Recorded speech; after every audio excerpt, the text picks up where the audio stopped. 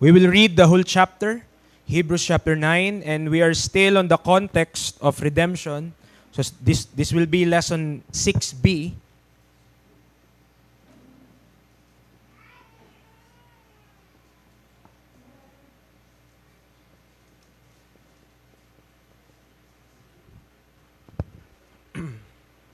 All right, Hebrews chapter 9, verses 1 to 28. We will read responsibly. I will read verse 1 and you will read verse 2 at magkikita po tayo sa verse 28. Verses 1 to 28, nandiyan na po kayo sa Hebrews 9? Amen. So verse number 1 says, "Then verily the first covenant had also ordinances of divine service and a worldly sanctuary." Verse 2.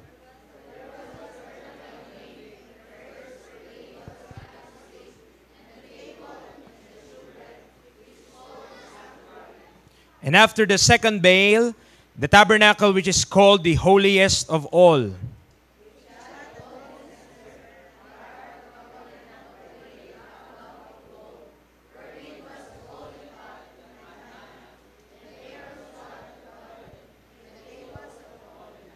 and over it the cherubims of glory, shadowing the mercy seat, of which we cannot now speak particularly.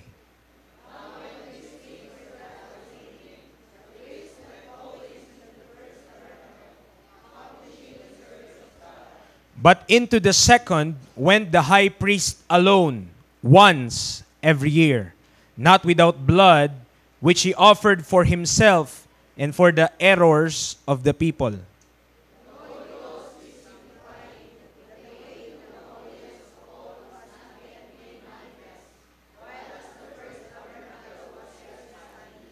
Which was a figure for the time then present, in which were offered both gifts and sacrifices that could not make him that did the service perfect, as pertaining to the conscience.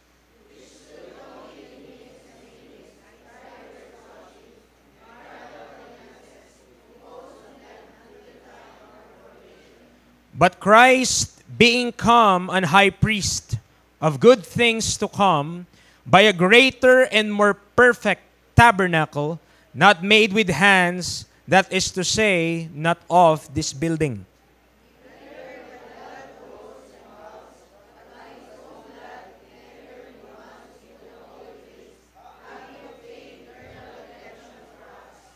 For if the blood of bulls and of goats, and the ashes of an heifer sprinkling the unclean, or heifer, sanctify it to the purifying of the flesh,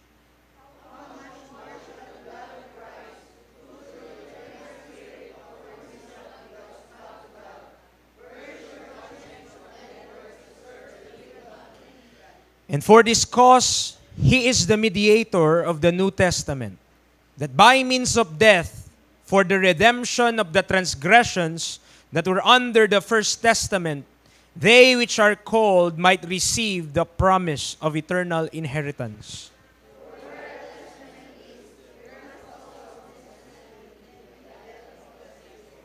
For a testament is of force after men are dead. Otherwise, it is of no strength at all while the testator liveth.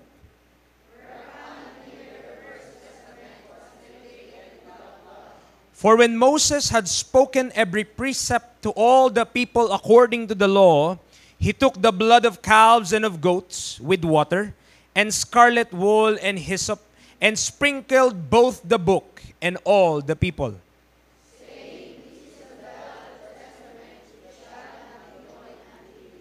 Moreover, he sprinkled with blood both the tabernacle and all the vessels of the ministry.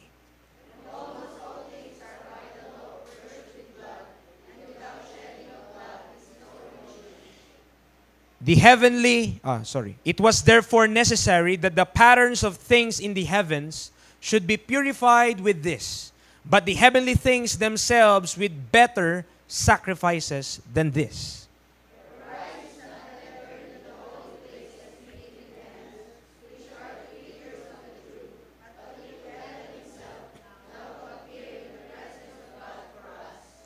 Nor yet that he should offer himself often, as the high priest entereth into the holy place every year with blood of others.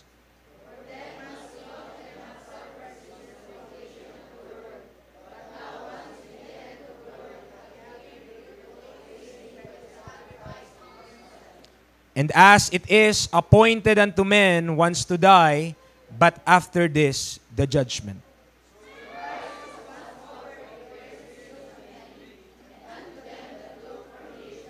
Appear the second time, without sin unto salvation.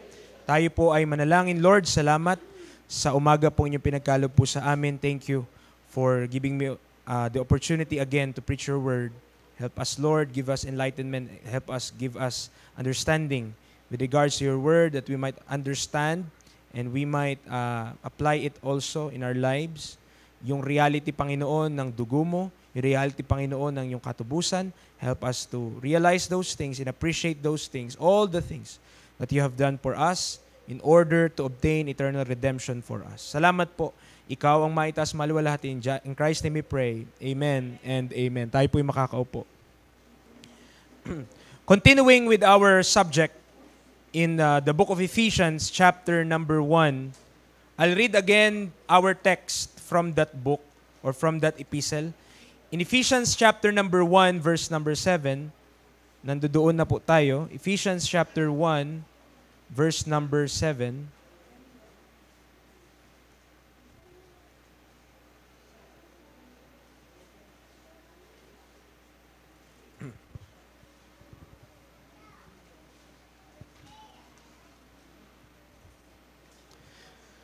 The Bible says, in whom we have redemption through His blood, the forgiveness of sins according to the riches of His grace.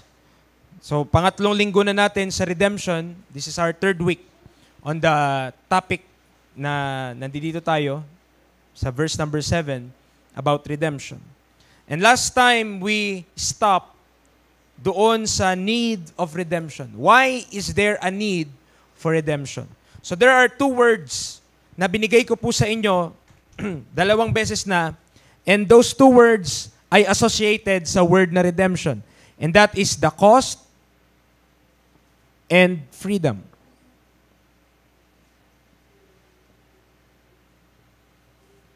In order to redeem something, you have to pay. You have to pay it. Kailangan mong bayaran. No? So redemption in its basic definition is to buy back something. Bilhin muli. Okay. Ibig sabihin, dati itong pagmamayari, na isangla, na ibenta, it is sold, and now it is up for redemption. It ought to be redeemed, kasi kung hindi, kagaya ng alahas, like jewelries in the pawn shops, it will be forfeited. At what will happen? Anong mangyayari kapag na-forfeit na yun, narimata yun? Di mo na yun matubos doon sa unang presyo. Kailangan mo nang dagdagan. Kung mabili mo pa, paunahan na doon yung mga gustong bumili. Now, in redemption, there is this cost and there is this freedom. If we will pay the cost of redemption or the price of redemption, ma-obtain nung bagay na yun o nung tao na yun, yung redemption kapag nabili mo or tinubos mo. And in the context of our salvation, mga kapatid, redemption is the Lord buying us from sin and death. Pinili tayo mula sa kamatayan at sa kasalanan and granting us the freedom. That is called also for us liberty. Nang binibigay sa atin ng Diyos ay kalayaan. Liberty. So redemption presupposes a condition of poverty, bondage, debt, and slavery from which one can only find deliverance by the payment of a price. Ano yung mga term na binanggit ko? Sabi niya, may poverty.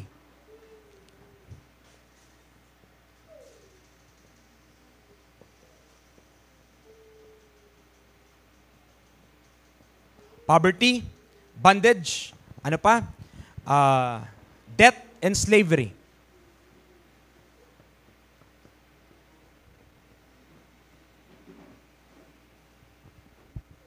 In the context of redemption, kapag pinag-usapan redemption, ibig sabihin, these things could be present.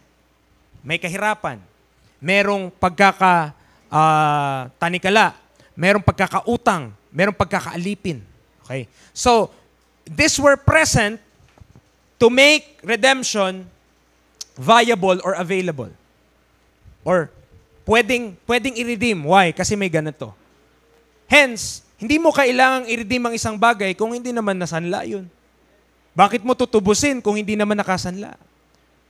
Why would you redeem something that is not sold or not in the possession of the others? No? So hindi mo kailangan kung hindi naman ito nakabenta o nakasanla. Ibig sabihin, kung tayo, if we need redemption, we are sold under something. Pagmamayari tayo ng iba na kailangan tayo ay bibilhin. Kailangan tayo ay tutubusin. We are in the possession of some or in the possession of something that we need to get out of. However, kapag pinag-usapan natin ang kasalanan, when we talk about sin and death, friends, we could not redeem ourselves. Hindi natin kayang tubusin ang ating sarili. No power in this flesh could buy sin and could pay sin. And the Bible says, the wages of sin is death. Ang kabayaran ng kasalanan ay kamatayan. And yet, even when we die, we still haven't paid the full price of sin. Because you have to suffer for all eternity in a place called hell. Hindi mo pa rin nabayaran kahit buong buhay mo. Ikaw ay namatay ka para sa kasalanan mo. You died because of your sin. You still haven't paid the full price. And even though you spend all your life in hell, you still doesn't pay it in full. Di pa rin nabayaran. Bakit ganun, preacher? The idea that you could pay your sins in hell is the Catholic teaching of purgatory. But that doesn't exist in the Bible anywhere. You could not find that our sins could be purged in a place called hell. We could not. Hindi natin kayang bayaran. At yung soul natin, when our soul, kung bababa man ng soul mo doon, dahil wala ka pa pagkakilala kay Kristo, you don't have a relationship with Jesus Christ, then when you get down to hell, you could not have your sins atoned. Hindi pwede. Kaya nga sabi ng mga awit, dito lang ang tsansa mo. This is your only chance. This is the only place. This is where you must believe on the Lord Jesus Christ. Because after this, the judgment, wala na. That's the ending. Yun yung ating nabasa sa Hebrews chapter 9. So, if we therefore needed to be redeemed or we needed redemption, ibig sabihin present itong mga ito. Or one of each. Pwedeng isa, pwedeng present ang poverty. Pwedeng present ang bondage. Pwedeng present ang utang. Pwedeng present ang slavery. That's why we need redemption. So, these things were, what you call this? Itong mga bagay nito ay mga factors by which determiner sila, it will determine if something needed to be redeemed. And I'll give you 10 things about how we needed redemption. Why we needed redemption. Napasimulan ko na to last week. And I believe, 4. But I will continue giving it all today. So we have 10 things that we were in bondage with or we were under. These 10 things ay mga bagay na kung saan we should know and we should understand as believers. But if we are not yet believers in the Lord Jesus Christ, then we might as well know these things to learn what's our condition in the sight of a holy God. Sa paningin ng isang banal na Diyos, ito ang ating kalalagayan. So number 1, ibinigay ko na po ito last week. We were under sin by judicial sentence. We were under sin by judicial sentence.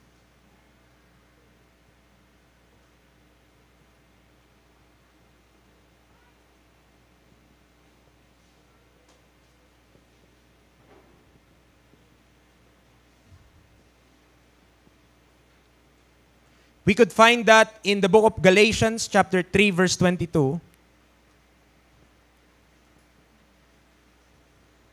Matagpuan mo yan doon sa book of Galatians. At doon sa book of Galatians, chapter 3, verse 22, the Bible says, "But the Scripture hath concluded all under sin." Who is included in the all? According to the Greek, it's all. Okay? No? So, according to Galatians chapter 3 verse 22, the Scripture had concluded. So, kinongclude niya, sinum up niya, sinamarize niya, lahat ay nasa ilalim ng kasalanan. All under sin. That the promise by faith of Jesus Christ might be given to them that believe. Mga kapatid, ang sinabi ng Scripture, hindi po iilan. Hindi niya sinabi that there are some who are under sin or there are some that are in bondage to sin. But the Bible says, we are all under sin. Had concluded all under sin. Even the man that won the best Nobel Prizes in the world, or who is more charitable and a philanthropist, is a sinner in the sight of God. Nobody could dare say to God that I am righteous, that I am not a sinner. Nobody could say that because the Scripture had concluded all under sin. Kinunclude na Scripture, lahat, kahit sino, makasalanan. Kahit sino, sinner, sabi. Dahil lahat ay nasa ilalim ng kasalanan. And we were there, tayo ay napunta sa ilalim ng kasalanan by judicial sentence also because Adam and Eve, when they are in the garden, they disobeyed God. Tama ba yun? Sinuway po nila ang Diyos. Gaano karaming utos ang Diyos? How many commandments did the Lord give to Adam and Eve? That they will not do. Isa lang po One lang. Only one. Diba? In every tree of the garden, thou mayest freely eat. Pero yung nasa gitna, in the midst of the garden, the tree of the knowledge of good and evil, thou shalt not eat thereof. For in the day that thou eatest thereof, thou shalt surely die. That's the promise of God. Kung kakainin nila yung bunga na yon, no? Mamamatay sila. And since then, man, fallen from his original state of sinlessness. When God created man, he was sinless. And man was also perfect. Because he was made in the image of God. However, noong nagkasala ang tao, man lost that image, which we regained through Jesus Christ. Because Jesus Christ is the full image of the Godhead, of God Himself. So kung tayo masave, if we are saved, then we got that image from Jesus Christ that we lost in the garden.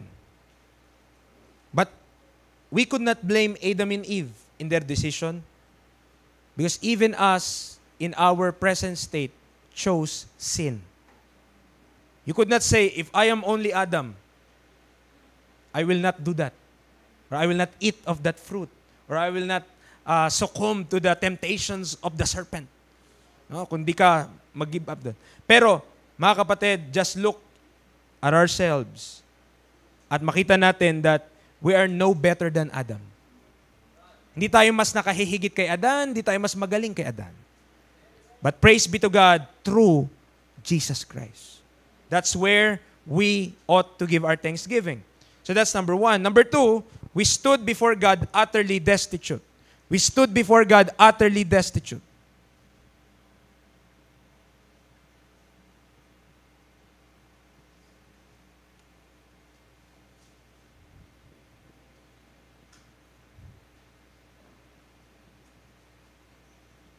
And this is from Romans 3:10-19.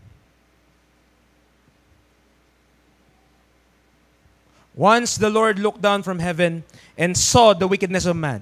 In Romans chapter 3, verse 10 to 19. Mula po dyan, sa talata na yan, may kita natin na sabi niya, as it is written. And some of these things, if not all, are found in the book of Psalms.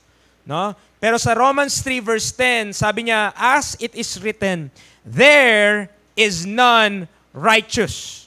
No, not one. There is none that understandeth. There is none that seeketh after God. They are all gone out of the way. They are together become unprofitable. There is none that doeth good, no, not one. Their throat is an open sepulchre. With their tongues they have used deceit. The poison of asp is under their lips, whose mouth is full of cursing and bitterness. Their feet are swift to shed blood. Destruction and misery are in their ways, and the way of peace have they not known. There is no fear of God before their eyes. Even today, mga kapatid, if you will watch the news every day, surely you will be high blood. You will be anxious. You will be stressed. With all of the happenings in the world, gera dito, gera doon, there's war in this place, there's the magnanakaw gang in this area, there is this sakit na bibigay sa mga tao, everything, disease, sickness. So you will be stressed when you read all the news. But one thing to notice about the news, mga kapatid, is that there is no fear of God before men's eyes. There's no fear of God before men's eyes. The Bible says in Proverbs, the fear of God is the beginning of wisdom. And to depart from evil is understanding. Kung di ako nagkamali dun sa second part. But, ang point natin, mga kapatid, we are living in a present evil world. That's what the Bible calls this place. This is a present evil world. And the Bible also tells us that the seducers shall wax worse and worse, deceiving and being deceived. So we are living in a time where sin will surely be multiplied and where evil and wickedness will be prevalent and rampant in the world. Talagang dito nabuhay tayo sa ganyang mundo. Nabuhay tayo sa panahon na kung saan ang kasalanan at ang tao pasama ng pasama. Preacher, para naman nakakagawa lang pag-asa yun. I might be hopeless just thinking about those things. That's why we have a blessed hope. And our blessed hope doesn't belong in the earth or on the earth. Our blessed hope belongs up above, looking unto Jesus. It's up above because Jesus Christ is there at one day He will come down for us in the air. Hindi pa siya bababa sa earth kasi second coming yun. Pero yung doon lang sa ulap, in the clouds, that's the rapture. And that's what we're waiting for. To be caught up out of this place. No? Paalis dito sa mundo. Now, the text says in Romans chapter 3 verse 10 to 19 that man is utterly destitute. That man, kawawa siya. Kaawa-awa ang tao. At wala kang magagawa when you stand before God.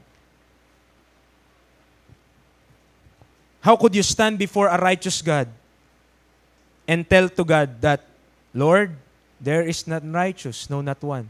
I am not one. Hindi rin ako righteous. Paano ka makatayo dyan sa harap ng Diyos? How could you stand before God and tell Him, I am not righteous? Then He will tell you, depart from me. I never knew you. Diba?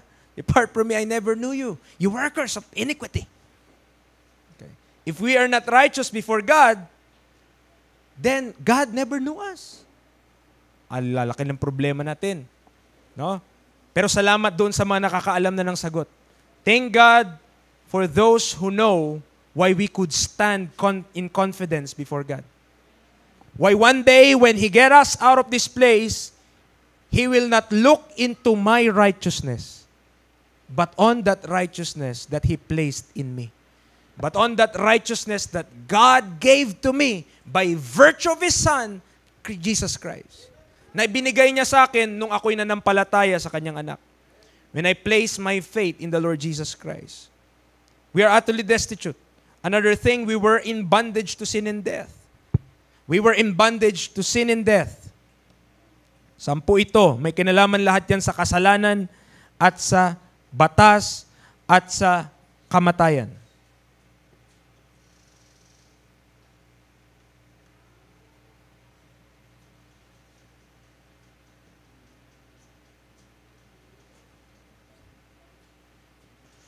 Saan pa? Hebrews chapter 2 verse 14 to 15. Hebrews chapter 2 14 to 15, saka Romans chapter number 7, verse 14. Romans chapter 7, verse number 14. So you open Hebrews chapter 2, and here, you could read, or we could read, ang sabi niya, for as much then, Hebrews 2, 14 to 15, for as much then as the children are partakers of flesh and blood, He also himself likewise took part of the same. Anong tawag sa atin? Isa sa term to describe man is flesh and blood. Okay? We are flesh and blood. Remove blood from your body. Tomorrow, we will have a funeral service. Diba? Tanggalin mo yung dugo mo, patay ka na. So tayo, in the Bible, that's the description of man. He is flesh and he is flesh and blood. But when Jesus Christ rose up from the dead, he no longer is flesh and blood. Because he already offered his blood. Okay? So ito po. Sabi niya, verse 14, he also himself, speaking of Christ, likewise took part of the same, meaning he assumed flesh and blood, he took upon himself flesh and blood, he became like us, that through death he might destroy him that had the power of death, that is the devil. Maybe Satan is thinking that, I have you right now. You could not get away from me. I have this realm in the darkness, and I will keep you here. But the song says, low in the grave he lay, Jesus my Savior, waiting the coming day, Jesus my Lord. Up from the grave he arose, with a mighty power over his foes. He arose the victor from the dark domain, and he lives forever with the saints to reign. He arose, hallelujah, Christ arose. And that is your Lord. And that is your Savior. Kung ikaw ngayon ay nanampalataya na kay Kristo Jesus, I'm speaking about somebody who came from the realms of death, who came from the realms of darkness, and he rose from that realm, and now he lives forevermore. And you could assuredly place your faith in that man who were once like us with flesh and blood, but he died, and he died because of our sins. And when he died because of our sins, my dear friends, he came down, he came to death, to the place where hell was. He came there. Pumunta talaga siya sa baba. But that place could not contain him. That place couldn't keep him. That place will not be his permanent abode because his place was in the heavenly places. So that was just a temporal visit. Punta lang siya doon, saglit. Punta siya. Amen. And that place could not keep him. But he died so that according to the verse, that through death, he might destroy him that had the power of death. That is the devil. Why? You know, verse 15, delivered them who through fear of death were all their lifetime subject to bondage. Do you know what man fears the most? Death. Who don't fear death? Let me give you one. Sinong di takot sa kamatayan? Man is afraid of death. But Jesus Christ, because of his courage to pay for my sin and to pay for your sin, died. He died. But he died so that he might destroy the one that has the power of death. And that is devil, and that is Satan himself, and that is the old serpent that deceived the whole world. But he died, my dear brethren, namatay si Kristo, lahat, para bayaran ng ating mga kasalanan. so that He could pay and He could destroy the power of death and deliver them who through fear of death were all their lifetime subject to bondage. Amen. Man is afraid of death, but Christ faced death so that He could be resurrected again and tell you and me, just believe on me, and you will experience life not just on this earth, but also in that which is to come. Christ is promising a life that is called eternal life. We could only comprehend with our little brains that our life could be 70, 80, 90 years old. If you reach 100, you will be rewarded by the government some thousands of pesos. But if you do, you still have to face death. Amen. Kahit anong pang edad natin, taas ka pa, 101. Kahit umakyat ka pa ng 120, at kagaya ka na lang panahon nila Abraham, even though you reach those age, I still promise you, death is coming. Death is will surely catch us or caught us. But praise God, when a sinner trusted in Christ and put his faith on the gospel, and he believed that Christ died for his sins. Christ died so that He could pay for my sin and your sin. He was buried and that He rose again the third day according to the Scripture.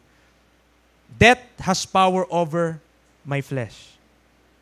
But death has no power at all over my soul and my spirit. Wala na. No? Maring mamatay ako. Yung kainin ng mga decomposer. Kainin ng mga uod yung katawan na ito. This mortal flesh will be in corruption. But my soul and my spirit, like Christ, hindi makukurap yun. Hindi makukurap ng death. Death could not hold my soul and my spirit. Because surely, to be absent with this body is to be present with the Lord. And that's a promise for believers.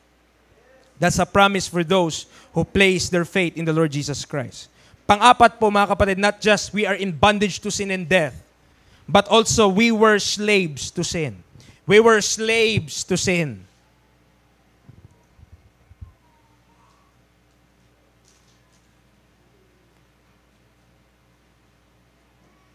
We were slaves to sin.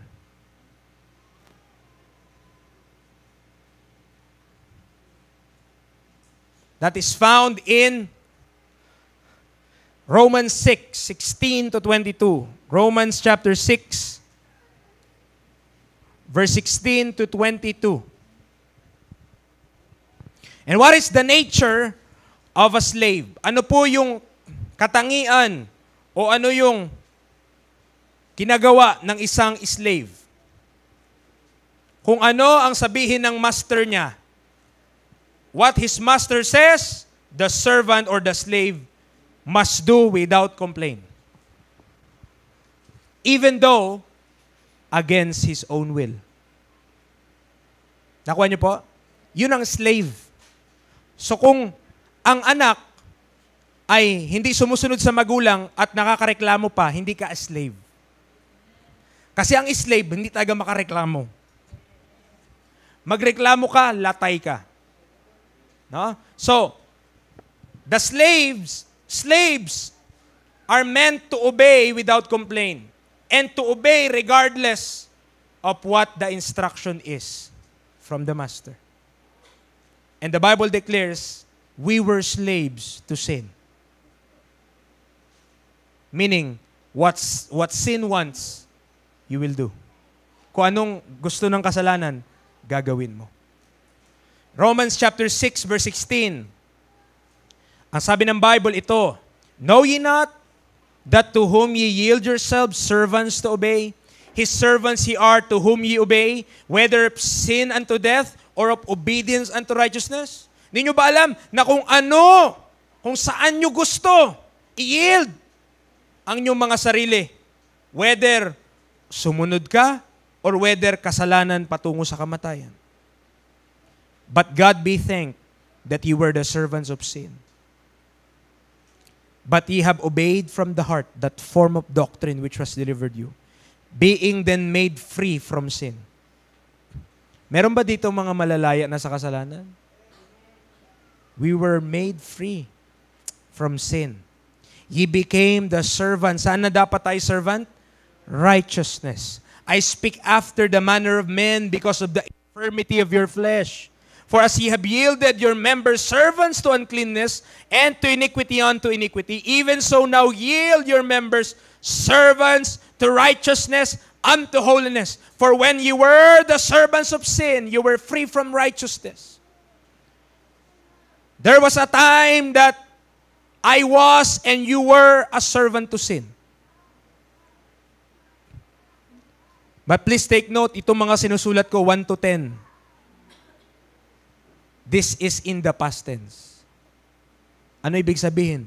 We were, we stood, we were.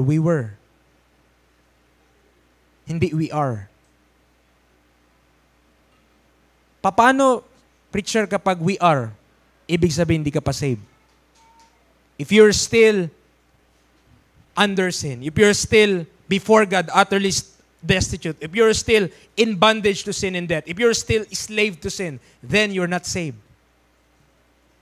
Because the thing that got us out of those things is the redemption that is in Christ Jesus. So, in these verses, the Bible says in verse 20, for when you were the servants of sin, you were free from righteousness. What fruit had ye then in those things whereof ye are now ashamed? For the end of those things is death. But now, being made free from sin, and became servants to God.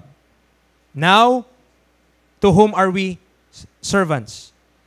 Kanino na tayo servant? Sa sin pa rin ba? Or ang sabi niya, to God. Ye have your fruit unto holiness, and the end, everlasting life. So that explains, number 4, that we were slaves to sin. Okay? Panglima po, we were in bondage to the law. This speaks more for the Jews.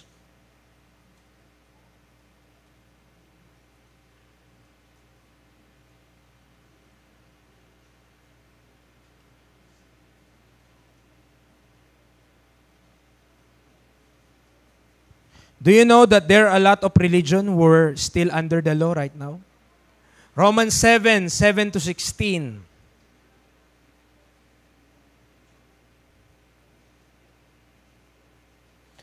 Until this very moment, they are following the law of Moses, not knowing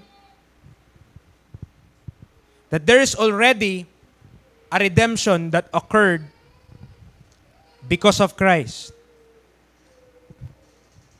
Romans chapter 7, verse 7. What shall we say then? Is the law sin? Ito po, tanungin ko tayo. Pag may ordinansa yung barangay, kahit yung munisipyo, o batas sa Pilipinas, masama ba yung batas dahil nahuli ka? Halimbawa, nakalagay, no jaywalking. No jaywalking, liwanag, ang laki-laki ng paskil. Tumawid ka kasi nagmamadali ka eh. Gusto mong sumakay ng jeep.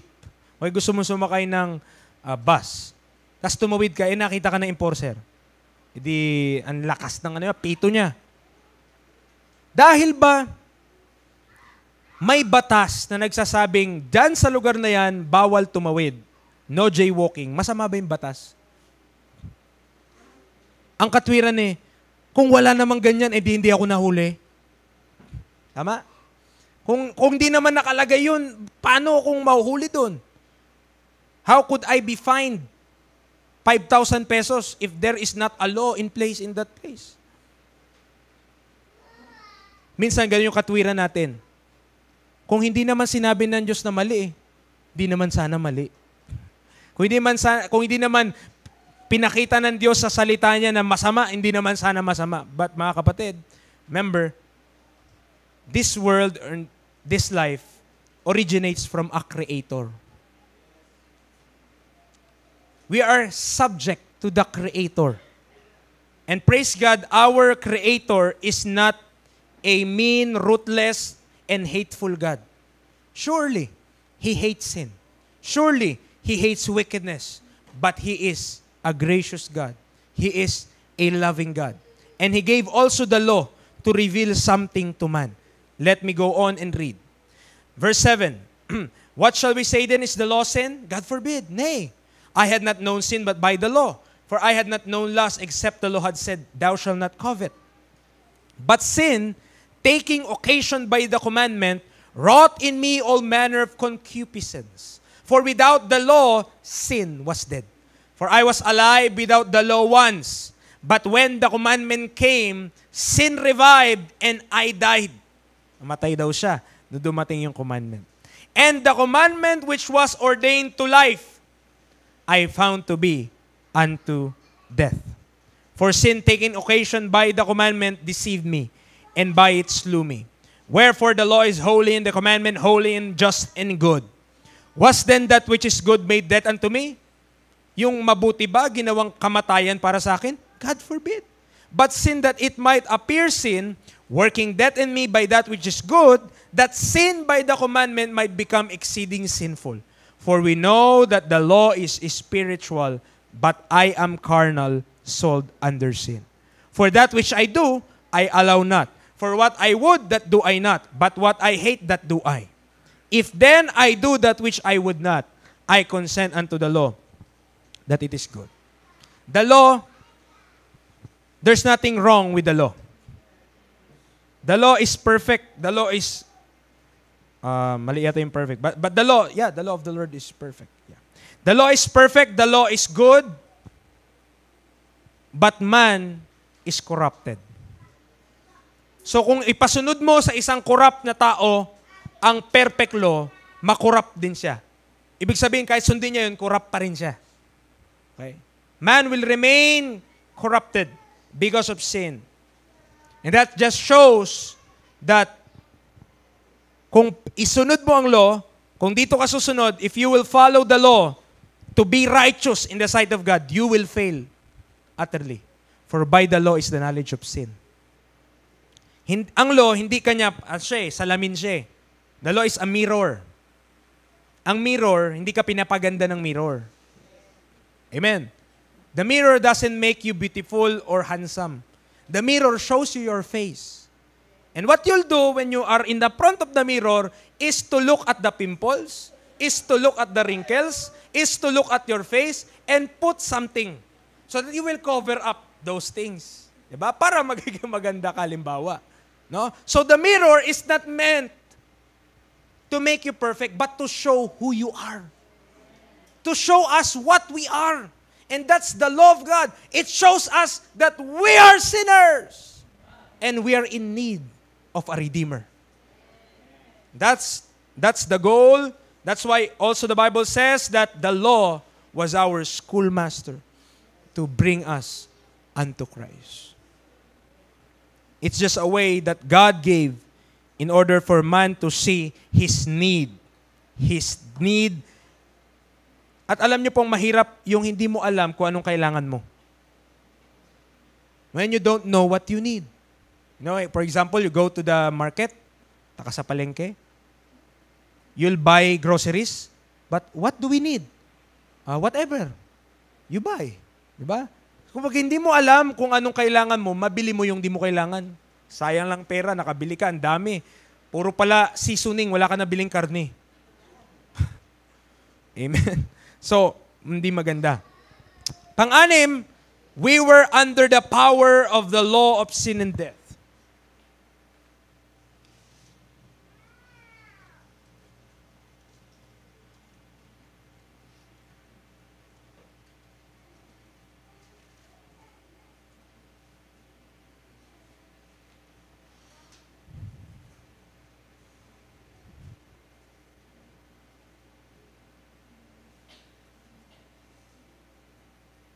That's from Romans chapter number 8 and verse 2.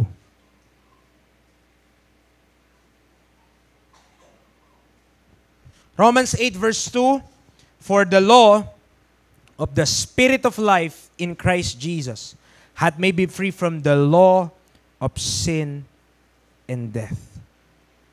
That is why, even though man will choose to be good, without Jesus Christ and without salvation and without redemption, he will still be under the power of the law of sin and death.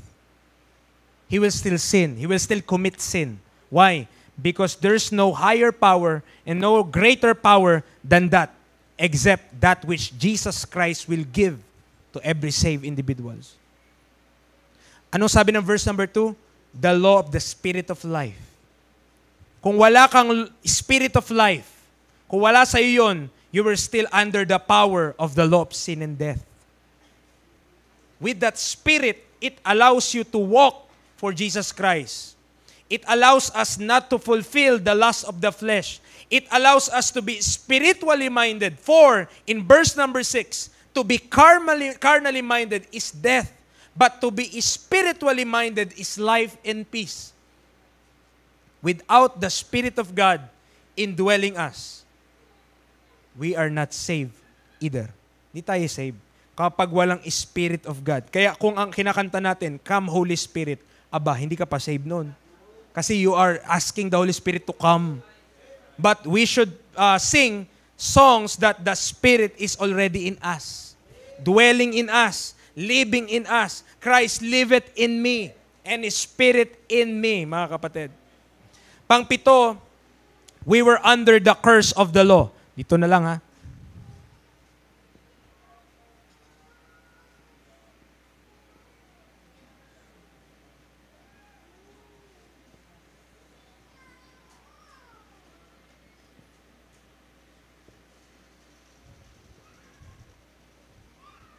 Saan matagpuan yan? Galatians 3:10-14.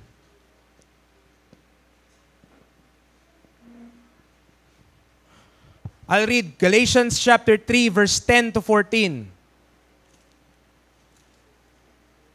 For as many as are of the works of the law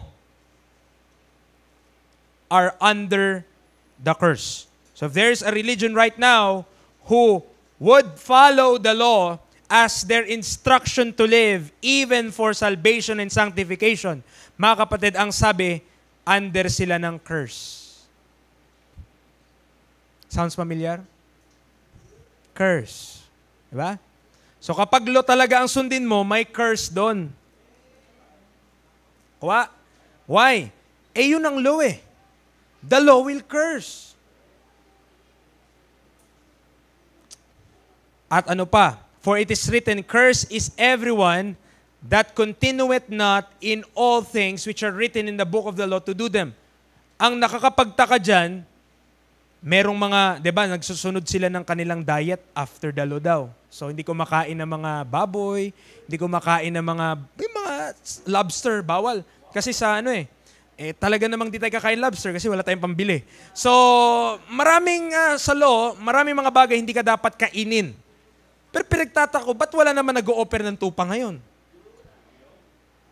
Yun, di nila nagagawa yun. Sige, wag tayo kumain yan. Pero bakit di ka nag-o-offer ng tupa? Ba't di ka nag-o-offer ng baka? Aba, preacher. Tuyo nga, walang maipambili.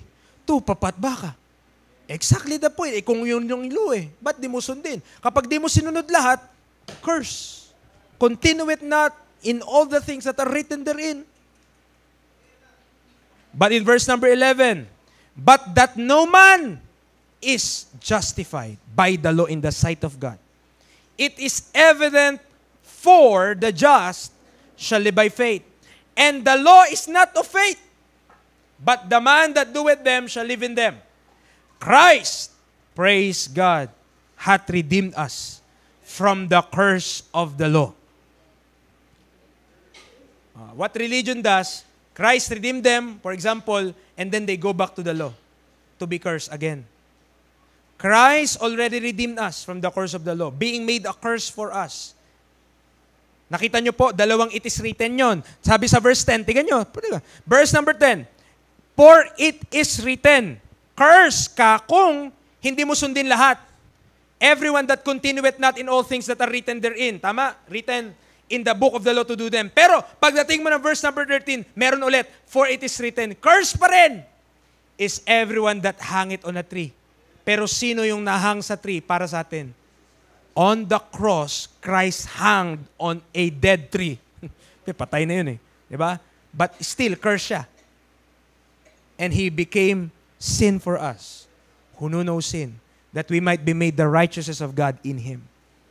He died on the cross as a curse, so that we might not be accursed. But people want to be cursed. So kung gusto mong ikaw ay ma-curse, ikaw na lang. Pero kami, mga kapatid, nawa, maintindihan po natin na ang ating katatayuan kay Kristo Jesus, we are not cursed. We are blessed. Blessed with all spiritual blessings in heavenly places in Christ Jesus. That's our standing before a holy God. Lahat ng save, ganun. That the blessing of Abraham might come on the Gentiles through Jesus Christ, that we might receive the promise of the Spirit through faith. So, bibilisan ko na konti. Number 8. Number 8, not just we were under the curse of the law, but we were under the power and dominion of darkness. Shortcut.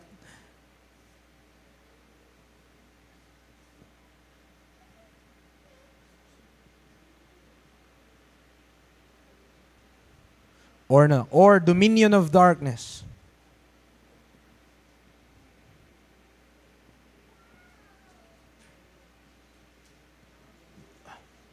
Colossians 1:13.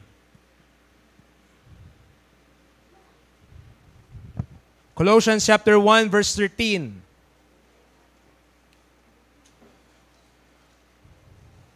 Who, speaking of Christ, hath delivered us, or speak also of the Father and Christ, from the power of darkness, and hath translated us into the kingdom of His dear Son. Kung hindi pa tayo saved, if we are not saved, we are still under the power of darkness. We are still under the curse of this world. But praise be to God, to those who were saved, we were, that's in the past, under the power and dominion of darkness. Amen. Pero salamat, may liwanag kay Kristo Jesus. There's light in the Lord Jesus Christ. One of the characteristics o katangian ng light is that light, kahit gaano ka-secure ang isang lugar, however secured a place is, a little bit of crack in its, kahit konting crack lang, papasok na yung liwanag doon. Tama? Kahit sa bahay natin, kahit gaano kalaki yung bahay, kahit gaano katibay yung yung bubong, konting-konti lang na butas, pasok ang liwanag doon. No? And that's one of the characteristic of the light.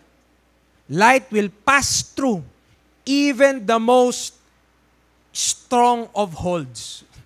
Stronghold. Kahit gaano katibay yung mind at gaano ka strong yung isang tao sa kanyang beliefs, i-preach lang natin yung gospel. Bakit? That's the light. The glorious light of Jesus Christ. Yan, pasok yun. Kahit gaano katibay isang tao sa kanyang paniniwala, sa kanyang works, sa kanyang stand na he could be saved by his own, mga kapatid, the gospel. Kaya nga may tinatawag gospel light. Mga ganun, mga nagpapangalan sa church. Gospel Light Baptist Church. Tayo, shining light. Hindi lang sa hindi talagang dapat we are shining as lights, no? In the world. Pangsyam, we were spiritually dead, cut off from God, and under the rule of death. Haba nun ah.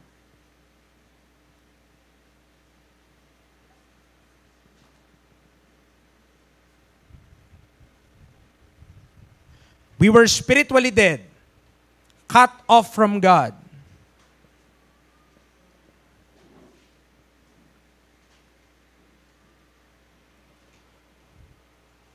And under the rule of death.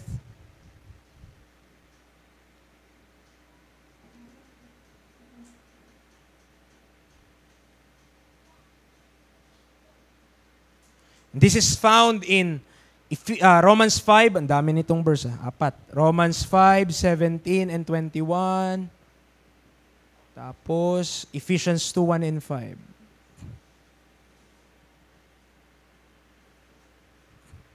Romans 5 muna. Romans 5, verse 17. Ang sabi niya, for if by one man's offense, death reigned by one, much more they which receive abundance of grace and of the gift of righteousness shall reign in life by one, Jesus Christ. Nakita niyo yun? By one man's offense. The reason of this whole ordeal from since the fall of man, since Adam, is that one offense. And that one offense is eating what God says, don't eat. Yun lang. Simula doon sa pagkakamali na yun, lahat na tayo nadamay. By one man's offense. Tama? Judgment came upon all men to condemnation in verse number 18. Now, in verse number 21, anong sabi niya? That as sin. Hindi po yung salt ha. As sin. Bilang yung kasalanan ay naghari tungo sa kamatayan. As sin had reigned unto death, even so might grace reign through righteousness unto eternal life by Jesus Christ our Lord. And I believe that. Sin is reigning. Pero hindi natin nabasa in verse 20, di ba? But where sin abounded, grace did much more abound. You will appreciate the grace of God in that yung isang kasalanan na yun, nanganak yun ng sobrang dami. That one sin birth or have multiple fruits that are sins as well. From that one sin, we have sins of the whole world. So, hindi lamang isa na lang yun. Ang dami na nun. Hindi lang kasalanan ni Adan, not just the sin of Adam, but the sin of all mankind. But let's look at the grace of God. The obedience of one, the obedience of Jesus Christ, brought forth salvation, redemption to all men, forgiveness to all of those sins. Doon sa isang pagkakamali ni Adan, on that one sin alone, the fruit of that sin is enormous, napakalaki, napakalala. Pero hindi lang natigil eh. Nanganak hanggang sa panahon natin ngayon, men is still committing sin. But Christ obeyed just once. Isang beses lang din. Christ only obeyed hanggang sa kamatayan doon sa cross. And when he did what he did, nung ginawa niya na kung ano yung ginawa niya doon sa krus ng Calvario, on that cross of Calvary, he paid for the sin of all men. Past, present, future. Even those things na kasalanan na di mo pa nakukumit, it's all under the blood of Christ. That's why where sin abounded, grace did much more abound. Number 10, we were under blindness and destitution of the truth.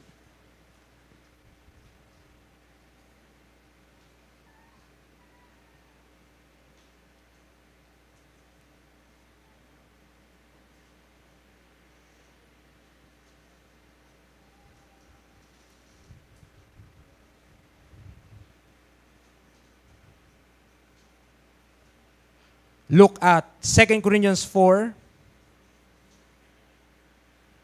verses 4 to 6,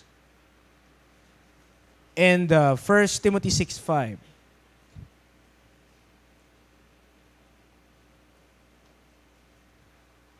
Second Corinthians chapter 4, verses 4 to 6. 2 Corinthians 4, 4 to 6.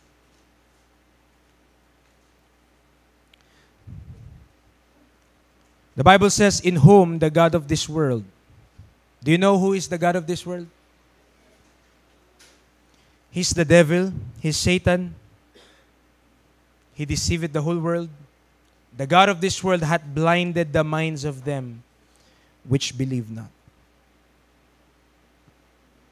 If you still haven't believed, kung di ka pa rin naniwala, doon sa Ebanghelyo ni Kristo, on that glorious gospel of Christ, you're still under this context, blinded.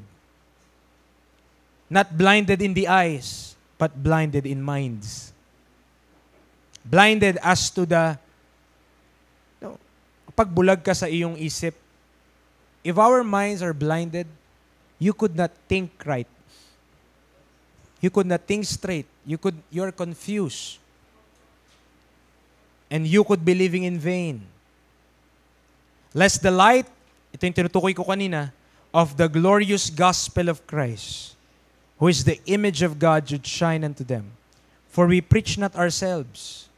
I hope it's made clear to us that we are preaching about a man, but not this man who is standing in the pulpit, but the man who died for us. And that is Christ. Lest the light of the glorious gospel of Christ, who is the image of God, should shine unto them. For we preach not ourselves, but Christ Jesus the Lord, and ourselves your servants for Jesus' sake. For God, who commanded the light to shine out of darkness, hath shined in our hearts to give the light of the knowledge of the glory of God in the face of Jesus Christ. 1 Timothy 6:5. 1 Timothy chapter 6 verse 5.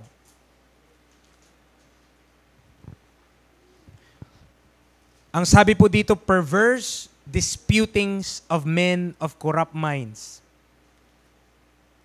and destitute of the truth, supposing that gain is godliness, from such withdraw thyself. Imagine being destitute, not in goods, not in material blessing, not in physical possession, but being destitute in the truth. If you are destitute in the truth, according to the verse, destitute of the truth, ibig sabihin, you're living in lies. Nabubuhay lang tayo sa kasinungalingan. Kasi wala ka eh. Iyagit ka pagdating sa katotohanan. You are destitute of the truth. At sino kayang gusto mabuhay na siya ay destitute sa katotohanan? But because of the blindness that the God of this world is ministering or is giving to men until now, man is still destitute of the truth. Man is still blinded in their minds towards the truth. Notice mga kapatid kung paano naka-underline dyan, di ba? Dito nakulangan. Naka-underline dyan yung mga words that indicates that it is in the past tense. This reality or this truth will be yours if you will just trust in the Lord Jesus Christ for your salvation. It needs not to be a present condition. It needs not to be a present state. You need not to be under the power of sin. You need not to be under the power of death. You need not to be slaves to sin and the law. You need not to be under the blindness and destitution of the truth. You could be freed, and that is redemption. To be redeemed out of those things. To be not in bondage. To be not in the power of law or of sin and death. To be not spiritually dead, but alive unto God. If only the sinner will admit that he is indeed a sinner before a holy God and will say, Lord, I believe on your Son who died for me on that cross of Calvary. Turn to 1 John chapter 3 verse 4. 1 John chapter 3 verse 4. We still have time. 1 John chapter 3 verse 4.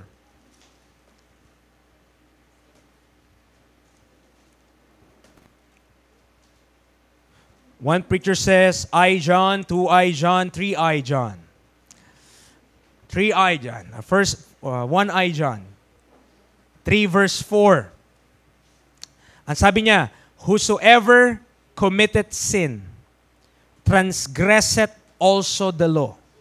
For sin is the transgression of the law. Diba? Sabi niya, sin is the transgression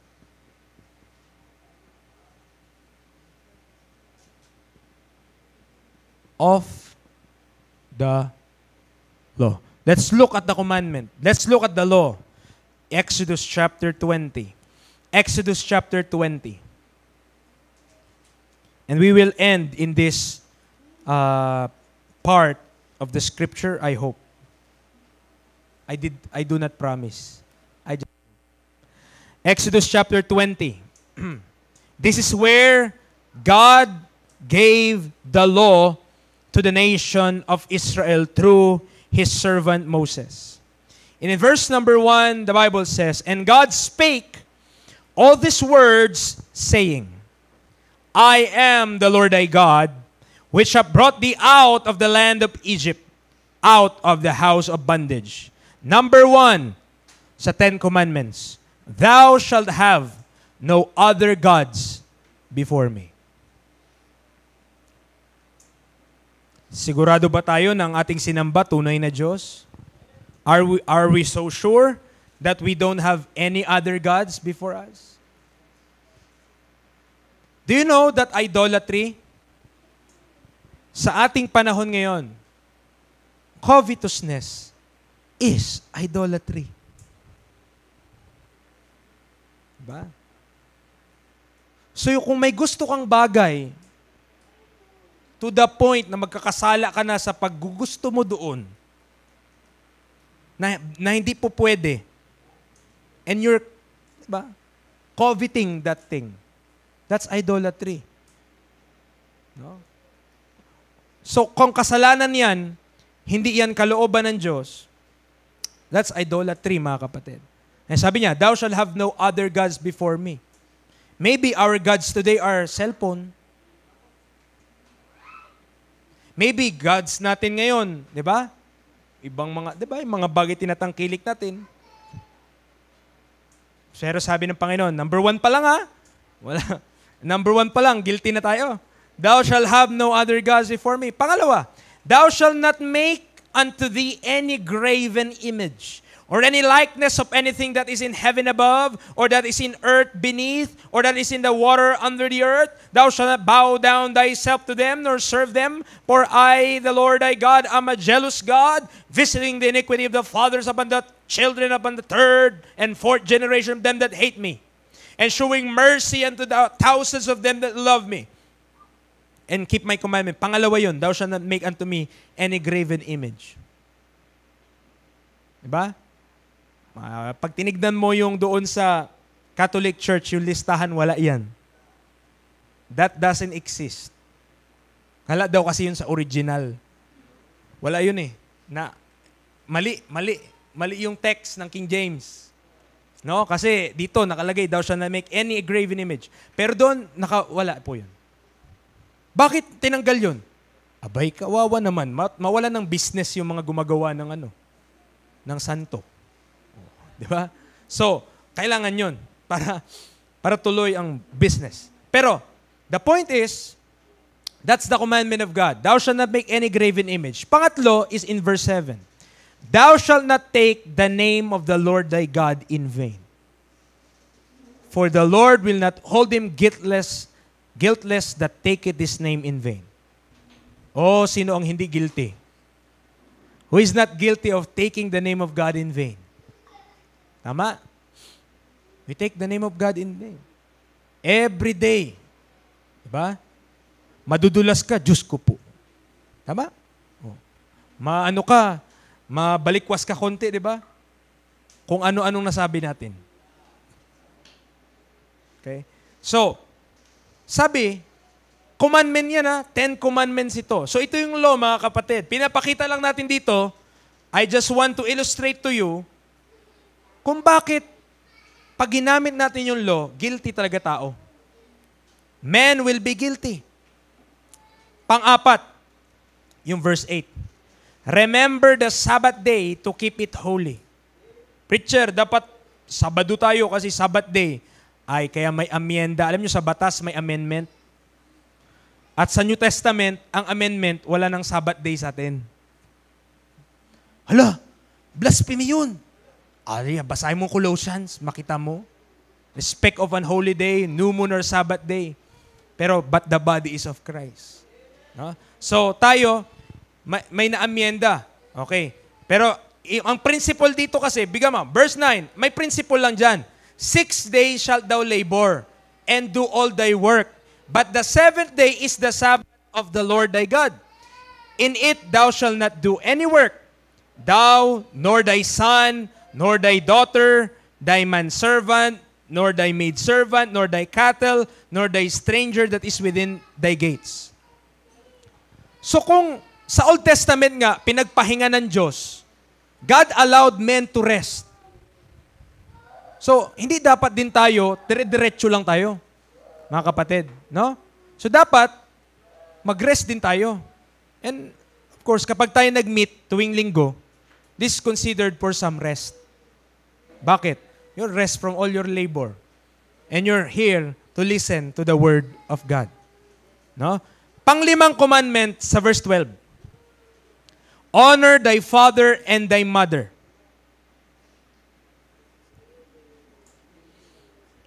That thy days may be long upon the land which the Lord thy God giveth thee. Baka darating ang panahon, ang average na edad na lang ng tao, 40 years old. Masawayin sa magulang eh. Kunin na agad ni Lord. No? Pero, di ba, hanggang ngayon ba applicable yan? Ay, basahin mo yung Ephesians. Di ba? Hanggang ngayon eh. So, sabi niya, honor thy father and thy mother, that thy days may be long. If you want your days to be long, honor thy father and thy mother, the Bible says.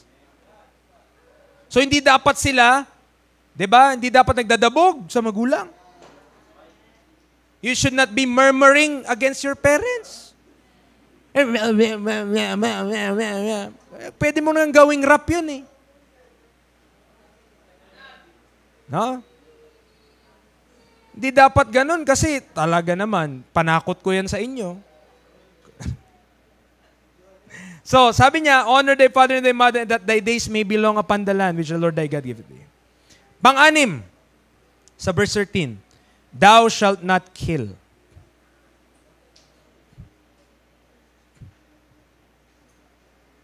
Preacher, wala pa akong napatay. Pero sa isip mo naman, gusto mong patayin. Ang pinagkaiba nun. In your mind, you want this person dead. You're dead to me. Diba? O sabi niya, I'm dead to you. Ano yun? Patay na patay ako sa'yo. Pinapatawa ko lang kayo, masyado kayong seryoso. No? So, number 7, verse 14. Thou shalt not commit adultery. Pampito yun. Pang-8, verse 15. Thou shalt not steal. Thou shalt not steal. Preacher, di ako nag-steal. Ito, wala ma-offend, ha? Preacher, hindi ako nag-steal. Ba't naglagay ka ng filter sa picture mo?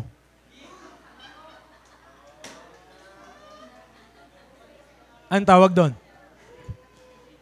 Stolen identity. Joke ko lang yun, ha? Baka seryosohin nyo, ha? Pero, iwag-isipan nyo, baka stealing nga yun. No?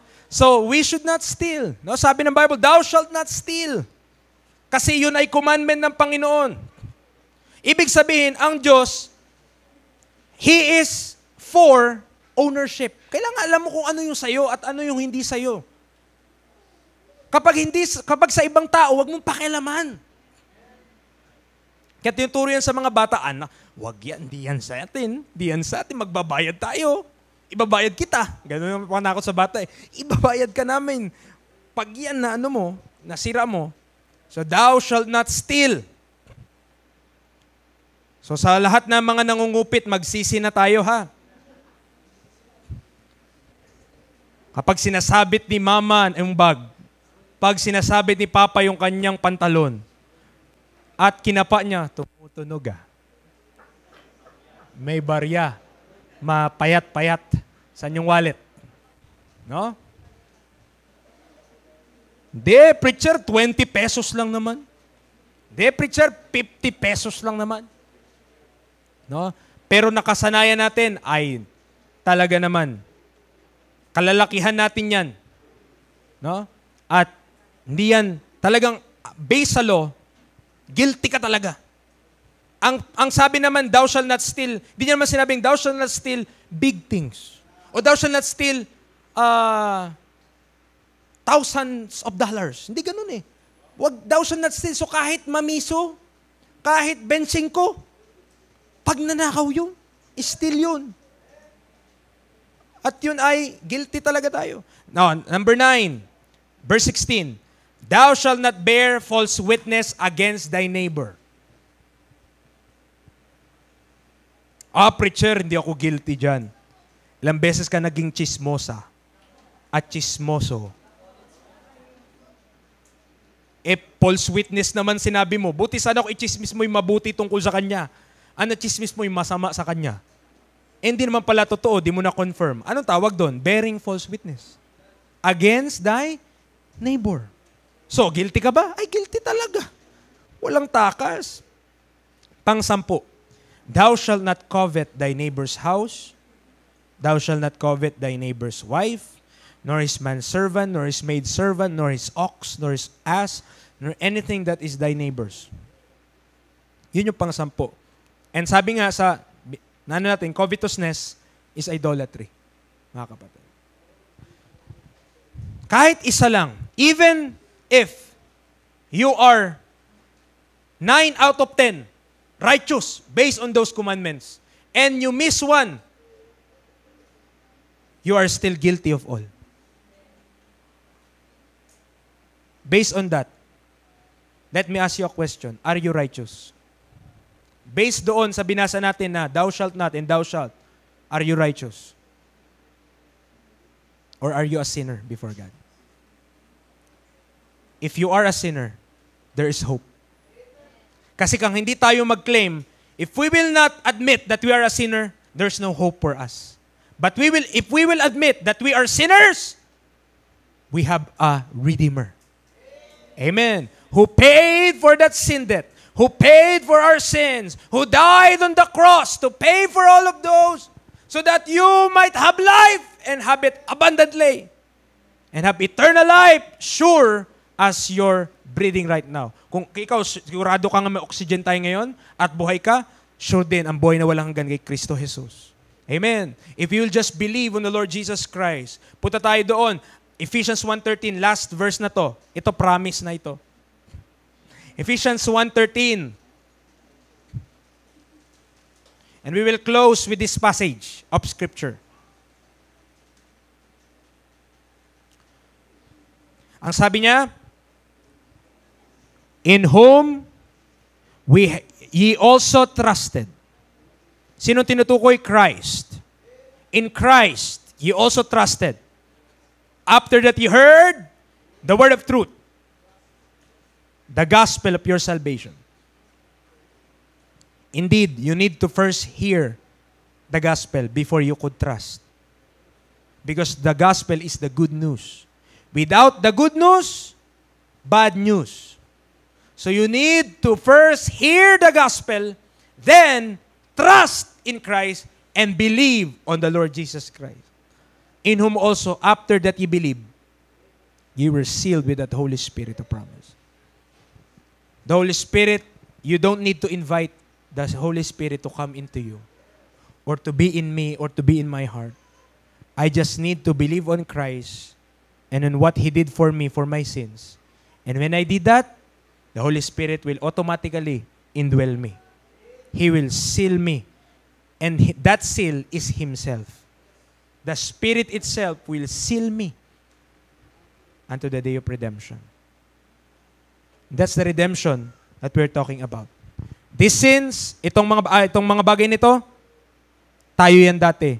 Pag na-save na tayo, past tense na yan. We stood.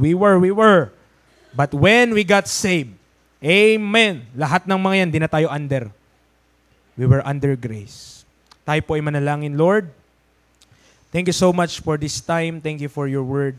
Thank you for the redemption that is in Christ Jesus. Thank you, Lord, for understanding coming from thy word. Salamat, Lord, for the lawful use of the law to show us that we were sinners. Help us to be destitute in ourselves so that we might find hope in the person of Christ alone. Help us to realize that we are indeed in need of something and in need of salvation and redemption that is only found in Christ and in what He did for me and for everyone else. Salamat po ngayong araw na ito. Salamat po sa salita mo. Wala po kaming iba na naitanghal kundi ang pangalan ng Panginoong Hesus ngayong umaga. Sa iyo po lahat ng pasalamat sa pangalan ng Panginoong Hesus. Amen and Amen.